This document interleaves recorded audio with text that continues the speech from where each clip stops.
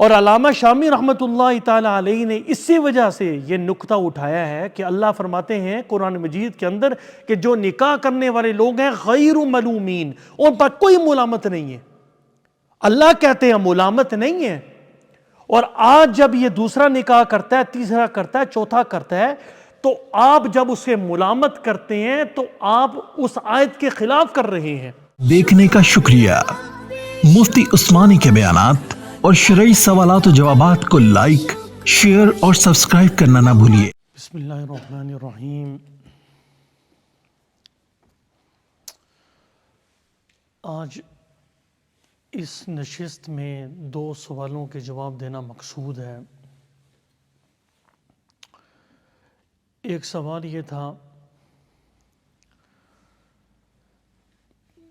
کہ اعتکاف کرنا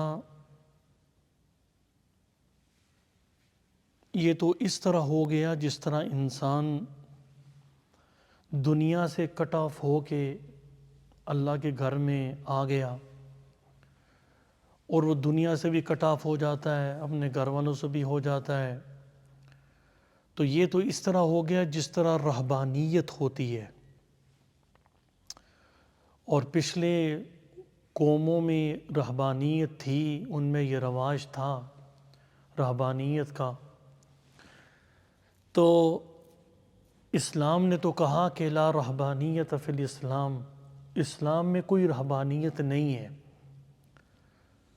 تو پھر اعتکاف کا جو مقصد ہے وہ کیا ہے، اور اس میں رہبانیت میں اور اس میں کیا فرق ہے؟ دیکھیے، اس سوال کا جواب دینے سے پہلے مختصراً یہ بات سن لیں کہ رہبانیت ہے کیا۔ رہبانیت یہ ہے کہ انسان اپنی جائز چیزیں جو اس کے لیے حلال تھیں، اس نے جائز چیزوں کو چھوڑ کر اللہ کی رضا کو حاصل کرنے کے لیے کوئی ایسا مقام ڈھونڈ لیا، کوئی جنگل ڈھونڈ لیا، کوئی پہاڑ کا دامن ڈھونڈ لیا، اس مقام پہ چلا گیا اور دنیا سے کٹ کر وہ اللہ کی رضا کو حاصل کرنے کے لیے وہ اس مقام پہ چلا گیا۔ اس کو رہبانیت کہتے ہیں۔ اور یہ زیادہ تر رواج نصارہ کے اندر تھا، عیسائیوں میں یہ زیادہ رواج تھا۔ اور یہ رواج شروع کس طرح ہوا کہ جو اس دور کے بڑے بڑے بادشاہ تھے ان کے اندر عیاشی آ گئی، ان کے اندر بہت زیادہ وہ عیاش ہو گئے، اور لغویات کے اندر اور گناہوں کے اندر وہ بہت زیادہ آگے چلے گئے۔ تو جب ان کے بادشاہوں کو عمراء نے، پیسے والوں نے، اہل ثروت نے دیکھا تو انہوں نے بھی یہ کام شروع کر لیا۔ لیکن ان لوگوں کے اندر جو مطیع لوگ تھے، جو اللہ کا ڈر رکھنے والے جو لوگ تھے، تو انہوں نے، جو اہل ثروت لوگ تھے، تو ان کا مقابلہ کرنے کی کوشش کی۔ جب ان کا مقابلہ کرنے کی کوشش کی تو ہوا یہ کہ یہ جو اہل ثروت لوگ تھے، قوت والے لوگ تھے، ظاہراً ان کے پاس مال تھا، ان کے پاس قوت تھی، تو وہ جو اللہ کا خوف رکھنے والے جو لوگ تھے ان کو مار دیا، انہیں قتل کروا دیا۔ اب جب یہ جماعت ختم ہو گئی تو ان میں سے ایک اور جماعت نے جنم لیا، اور انہوں نے پچھلے لوگوں سے جو اللہ کا خوف رکھنے والے تھے ان سے یہ سبق سیکھا کہ انہوں نے بادشاہوں کا مقابلہ کرنے کی کوشش کی ہے، بڑے بڑے لوگوں کا مقابلہ کرنے کی کوشش کی ہے۔ اب چونکہ ہمارے پاس قوت نہیں ہے تو ہمارے لیے بہتر یہ ہے کہ ہم اپنی زبانوں سے ان کو برائی سے روکیں۔ اب جب ان لوگوں نے، اس جماعت نے زبان سے روکنا شروع کیا تو بڑے طاقتور لوگوں نے انہیں بھی قتل کروا دیا۔ اب جب یہ بھی لوگ دنیا سے چلے گئے تو ایک اور جماعت نے جنم لیا، اور انہوں نے اس دوسری جماعت سے یہ سبق سیکھا کہ نہ ہم ان کا مقابلہ زبان سے کر سکتے ہیں، نہ قوت سے ان کا مقابلہ کر سکتے ہیں. لہٰذا ہمارے لیے بہتر یہ ہے کہ ہم ایک ایسے مقام پہ چلے جائیں، الگ تھلگ ہو کر کسی جنگل میں چلے جائیں، پہاڑ کے دامن کو ڈھونڈ لیں، دور آبادی میں چلے جائیں، جہاں ہم اللہ کو راضی کرنے کے لیے ہم اعمال جو ہیں وہ سر انجام دیں اور اللہ کی عبادت کریں. کیونکہ یہاں تو ہمارا رہنا بہت ہی مشکل ہے.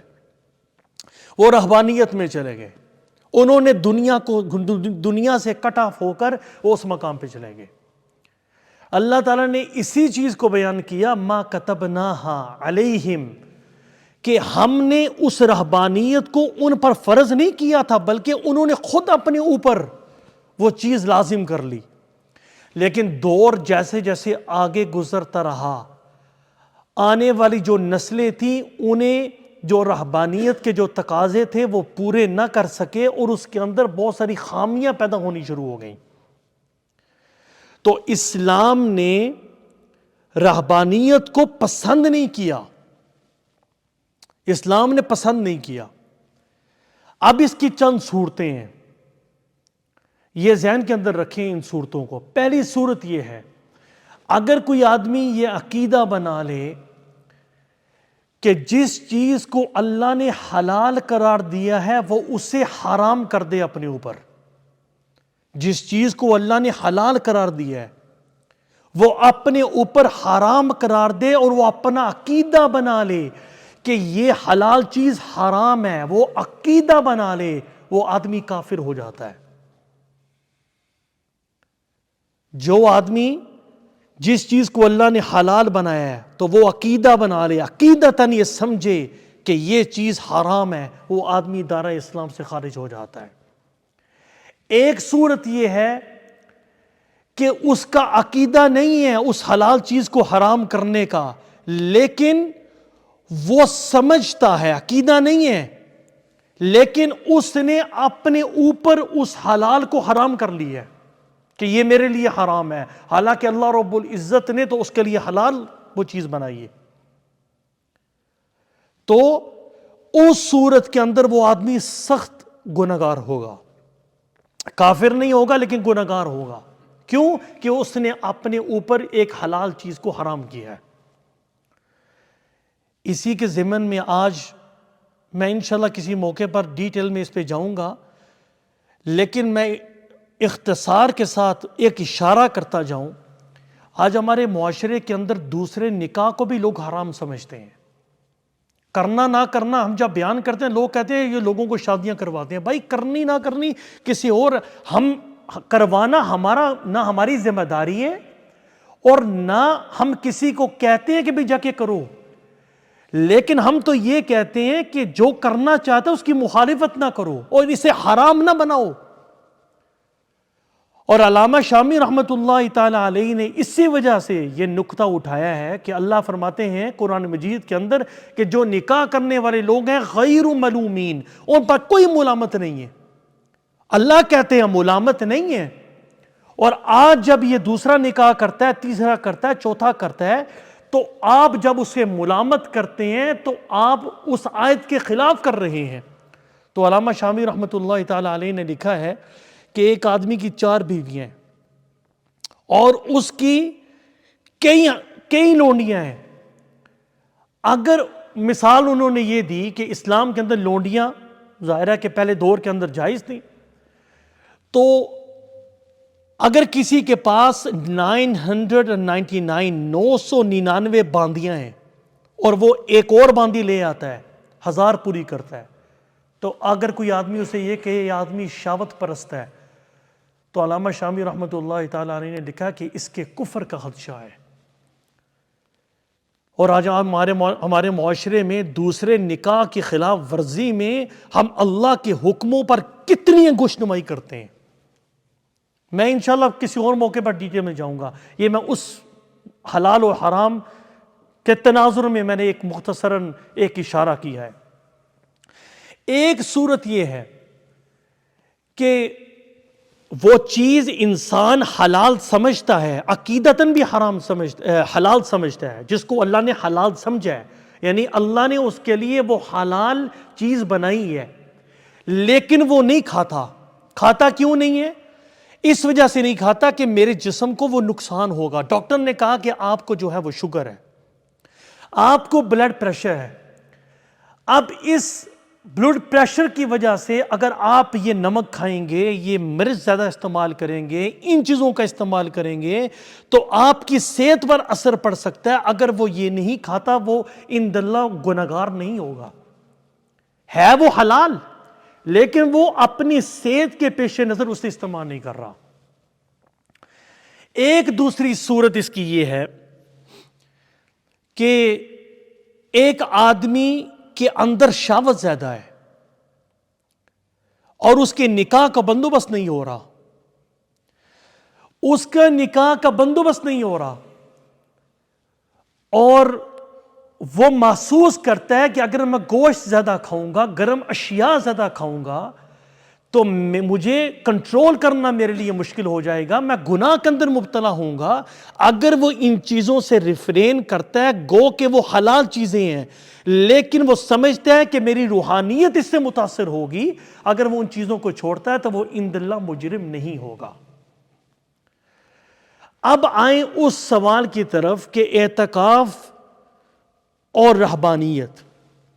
دیکھیے اعتکاف میں انسان بظاہر اپنے گھر والوں کو چھوڑتا ہے، لیکن وہ اس طرح کٹ آف نہیں ہوتا جس طرح ایک وہ انسان جو جنگل میں چلا گیا وہ دنیا سے بالکل کٹ آف ہو جاتا ہے۔ اس کے اندر اس کا لوگوں سے بھی روابط رہتے ہیں، مسجد کے اندر آنے والے لوگوں سے بھی وہ گفتگو کرتا ہے، اور اعتکاف کی حالت میں کئی لوگوں کو دیکھا منہ چھپا کے، کیسے کیسے عجیب ہی ہمارے جو نمونے ہوتے ہیں۔ وہ اعتکاف جب کرنے آتے ہیں نا، ہم نے دیکھا کہ وہ منہ چھپا کے کونے میں بیٹھ جاتے ہیں۔ منہ چھپانے کا حکم عورت کو ہے، مرد کو نہیں۔ عورتوں منہ کھولیں، معتکف جو ہے وہ منہ چھپا رہا ہے۔ اگر آپ خیر کی بات کریں تو اس میں کوئی حرج نہیں ہے، گفتگو کو وہ حرام سمجھتے ہیں کہ آپ اعتکاف کے دوران گفتگو نہیں کر سکتے، اس کا کوئی تصور نہیں، منہ چھپانے کا بھی کوئی تصور نہیں ہے۔ کئی ساتھیوں کو ہم نے دیکھا اعتکاف کرتے ہوئے منہ کو انہوں نے کور کیا ہوتا ہے، یہ بھی عجیب دور چل رہا ہے، عورتوں نے منہ کھولے ہیں اور مرد جو ہے وہ چھپا رہے ہیں۔ تو بات یہ عرض کر رہا تھا، یہ بھی کوئی تصور نہیں ہے، آپ گفتگو کر سکتے ہیں، کوئی مسئلہ نہیں ہے۔ اعتکاف کے دوران جب انسان اعتکاف کرتا ہے تو اس کا انٹریکشن لوگوں کے ساتھ بھی ہوتا ہے اور وہ گفتگو بھی کرتا ہے، لیکن وہ جو آدمی رہبانیت کے اندر چلا گیا تو وہ تو بالکل ہی لدہ ہو گیا، وہ تو دنیا سے کٹ آف ہو جاتا ہے۔ تو اس میں زمین و آسمان کا فرق ہے۔ اگر آپ یہ حدیث پیش کرتے ہیں لا رہبانیت فی الاسلام، تو یہ بھی تو یہ احادیث اور جو فضائل اعتکاف کے یہ کس نے بیان کیے ہیں؟ اللہ کے نبی صلی اللہ علیہ وسلم نے بیان کیے ہیں۔ تو اس میں آپ کو فرق کرنا پڑے گا، اس میں زمین و آسمان کا فرق ہے۔ دوسری بات یہ ہے، دوسرا سوال وہ یہ تھا کہ اعتکاف کی حالت میں کیا کوئی آدمی کسی ضرورت کی وجہ سے وہ مسجد سے نکل سکتا ہے یا نہیں؟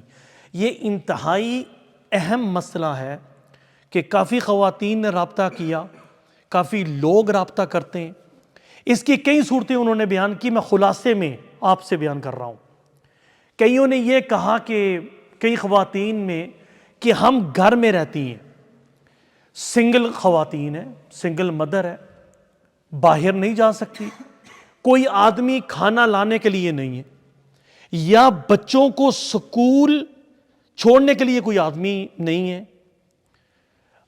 کیا ہم اعتکاف اگر گھر میں کرتی ہیں تو کیا ہمیں اس چیز کی اجازت ہوگی کہ ہم جو ہے وہ اپنے اس اعتکاف والی جگہ سے باہر نکل جائیں؟ یا کئی لوگ انہوں نے یہ سوال کیا کہ ہم مسجد میں اعتکاف کرنا چاہتے ہیں لیکن کام میں چھٹی نہیں ملتی، ہمیں چند گھنٹے کام کے لیے جانا پڑتا ہے لیکن اس کے بعد ہم فارغ ہو جاتے ہیں، تو کیا ہم اس طرح کر سکتے ہیں کہ کچھ گھنٹے کچھ دیر ہم کام پہ گزاریں اور پھر ہم واپس آ جائیں؟ یا کئی مساجد کے اندر جگہ اتنی تنگ ہوتی ہے کہ نچلا جو ہال ہوتا ہے اس میں نمازی ہوتے ہیں، اگر وہ ٹینٹ وغیرہ خیمے اگر نیچے لگائیں گے تو پھر نمازی بار بار انہیں موو کریں گے، انہیں جو ہے وہ ایک حرج ہوتا ہے۔ تو انتظامیہ نے انہیں کہا کہ تم اوپر والی منزل پہ جو ہے وہ خیمے لگاؤ، اور پھر جب انہیں واپس آنا پڑتا ہے تو لا محالہ باہر سے ہو کر انہیں مسجد کے اندر آنا پڑتا ہے۔ تو ان تمام صورتوں میں، بلکہ ایک صورت یہ بھی بیان کی گئی تھی کہ باہر مسجدوں والے کھانے کی اجازت نہیں دیتے، وہ کہتے ہیں کہ مسجد سے باہر جاؤ، وہاں کھانا کھاؤ، پھر اندر آ جاؤ۔ وہ صرف سونے کی اجازت دیتے ہیں، اور بعض تو سونے کی اجازت بھی نہیں دیتے۔ تو ایسی سچویشن کے اندر ہمارے لیے، جب ہم چاہتے ہیں کہ ہم اس سے فائدہ اٹھائیں، لیکن ان مجبوریوں کی وجہ سے سال ہا سال گزر گئے، ہم جو ہے وہ اعتکاف نہیں کر سکتے۔ تو یاد رکھیے، جواباً یہ عرض ہے کہ امام اعظم ابو حنیفہ رحمۃ اللہ تعالی علیہ کے نزدیک اگر کوئی آدمی ایک لمحے کے لیے بھی بھولے سے یا کسی زبردستی کسی آدمی نے اسے دھکا دے دیا، یا مجبوری کسی بیماری کی وجہ سے، کسی بھی وجہ سے، اگر وہ جو پیسیفک شریعت نے جو اجازتیں اسے دی ہیں، مثلا مثال کے طور پر وضو خانہ نہیں ہے، وضو کے لیے اسے باہر جانا پڑتا ہے، وہ شریعت نے اجازت دی ہے۔ اس مسجد میں جمعہ نہیں ہو رہا، جمعے کے لیے اسے جانا پڑتا ہے، یا ٹوائلٹ میں جانا ہے تو ظاہرہ اسے پھر وہاں جانا پڑے گا۔ تو ان ضروریات کے علاوہ اگر وہ ایک لمحے کے لیے بھی اگر مسجد سے باہر نکلے گا تو اس کا اعتکاف ٹوٹ جائے گا۔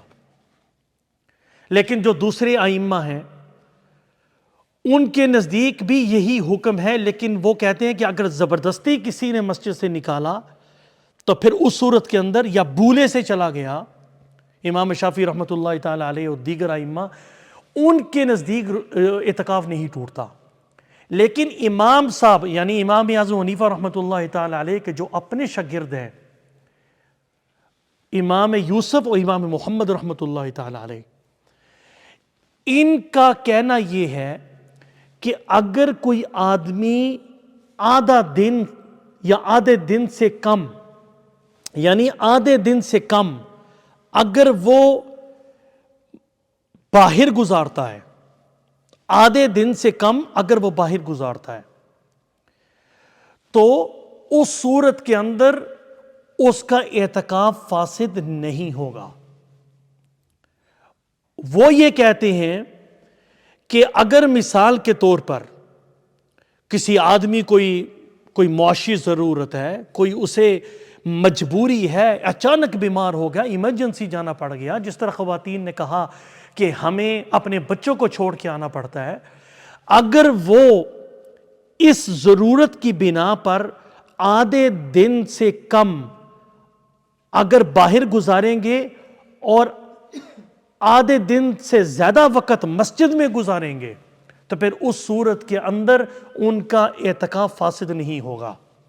علامہ کاسانی رحمۃ اللہ تعالی علیہ نے بدائع الصنائع کے اندر یہ بات لکھی ہے کہ امام صاحب رحمۃ اللہ تعالی علیہ کے نزدیک ایک لمحہ بھی اگر کوئی باہر گزارے گا تو وہ اس کا اعتکاف ٹوٹے گا، لیکن صاحبین جو ان کے شاگرد ہیں، امام یوسف اور امام محمد رحمہم اللہ تعالی، ان کے نزدیک اگر کوئی آدمی آدھے دن سے کم کا وقت اگر باہر گزارے گا تو اس کا اعتکاف نہیں ٹوٹے گا، اور اس کے اندر وسعت ہے۔ اور دوسری کتابوں کے اندر بھی، جو دوسری جو فقہی کتابیں ہیں ان کے اندر بھی یہ لکھا ہے کہ صاحبین کے جو قول ہے اس کے اندر زیادہ وسعت ہے۔ اگر لوگوں کو مشقت ہو تو اس قول کے اندر وسعت ہے اور اس قول کو ہم لے سکتے ہیں۔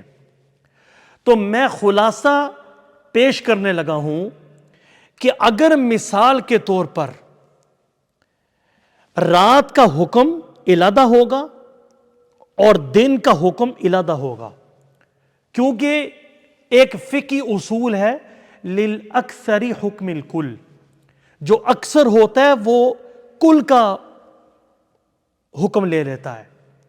اب مثال کے طور پر جن روزوں کی نیت آپ رات سے کر سکتے ہیں، مثلا رمضان المبارک کے روزے کی نیت آپ رات سے کر سکتے ہیں، اگر کسی آدمی نے رات سے نیت نہیں کی اور سحری بھی نہیں کی، سوتا رہا اور صبح صادق کا وقت گزر گیا، اب زوال سے پہلے پہلے اگر اس نے بشرطے کچھ کھایا پیا نہ ہو، زوال سے پہلے پہلے کسی وقت بھی نیت کر لے گا تو اس کا روزہ اس دن کا مکمل ہو جائے گا، اور یہ کہا جائے گا کہ اس نے زوال سے پہلے جو نیت کی ہے تو دن کا اکثر حصہ اس نے پا لیا۔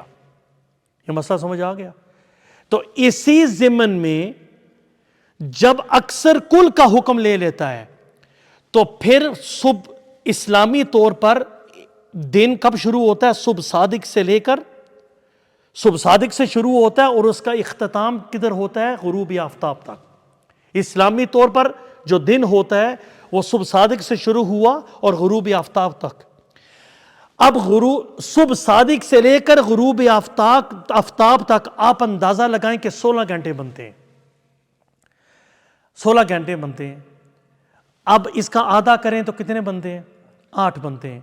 اگر ایک آدمی 8 سے کم 7.5 گھنٹے، پونے 8 گھنٹے باہر رہا، ٹھیک ہے، اور اس کے بعد باقی اکثر وقت 8 گھنٹے یا 8 گھنٹے سے زیادہ کا وقت اس نے مسجد میں گزارا، تو پھر اس صورت کے اندر اس کا اعتکاف فاسد نہیں ہوگا۔ اور اسی فقہی اصول کے مطابق للاکثر حکم الکل کے تحت رات اسلامی طور پر غروب آفتاب سے شروع ہو کر صبح صادق تک رہتی ہے، اور اگر غروب آفتاب سے لے کر صبح صادق کا رات کا جو حصہ ہے وہ 8 گھنٹے بنتا ہے، اگر ہم 8 گھنٹے کا آدھا کریں تو وہ 4 بنتے ہیں۔ اگر یہ آدمی رات کے 4 گھنٹے سے کم کا حصہ اگر باہر رہے، باقی 4 سے زیادہ جو اوقات ہیں یعنی 4 گھنٹے سے زیادہ کا وقت مسجد میں گزارے تو اس کا اعتکاف فاسد نہیں ہوگا۔ اور جبکہ بہت سارے صحابہ سے بھی اور تبع تابعین سے بھی یہ بات ثابت ہے کہ اعتکاف کے دوران وہ اپنے اہل و عیال کے پاس بھی گئے، گو کہ کم ٹھہرے لیکن گئے، اور انہوں نے مریض کی عیادت بھی کی اور جنازے کے اندر شامل بھی ہوئے۔ لیکن میں یہ بات اختتام پہ یہ کہہ دوں کہ میں یہ جو بیان کر رہا ہوں دیانتاً بیان کر رہا ہوں، یہ بات فیما بینی و بین اللہ، دیانت کو سامنے رکھتے ہوئے دیانتاً میں یہ بات کہتا ہوں کہ اگر کسی آدمی کو ضرورت ہو، معاشی ضرورت ہو، کوئی خاتون گھر کے اندر مجبور ہو کہ اس کا نکلنا جو ہے وہ ناگزیر ہو، بچوں کو لے کے جانا ہے، شاپنگ کرنی ہے، سنگل مدر ہے، کوئی اور رستہ نہیں ہے کہ کوئی اس کی مدد کر سکے، یا کوئی آدمی معاشی طور پر اتنا جو ہے وہ تنگ ہے، وہ چاہتا ہے کہ میں اعتکاف کروں لیکن اسے باہر نکلنا پڑتا ہے، تو اگر وہ دن کا جتنا بھی دورانیہ بنتا ہے صبح صادق سے لے کر غروب آفتاب تک جتنے گھنٹے بنتے ہیں اس کے آدھے سے زیادہ کا وقت اگر وہ مسجد میں گزارے گا اور کم باہر گزارے گا، اسی طرح رات کا اکثر حصہ مسجد میں گزارے گا اور کم رات کو گزارے گا، تو اس صورت کے اندر انشاءاللہ اس کا اعتکاف فاسد نہیں ہوگا۔ اللہ رب العزت سے دعا ہے جو کہا سنا اللہ ہم سب کو عمل کرنے کی توفیق عنایت فرمائے، اور یاد رکھیے کہ اسلام بڑا جو ہے وہ آسان مذہب ہے، بڑا آسان، ہر موقع پر اسلام جو ہے وہ کوئی نہ کوئی رستہ نکالتا ہے کہ جس میں انسانوں کے لیے آسانی ہو۔ اللہ ہم سب کو عمل کرنے کی توفیق عنایت فرمائے۔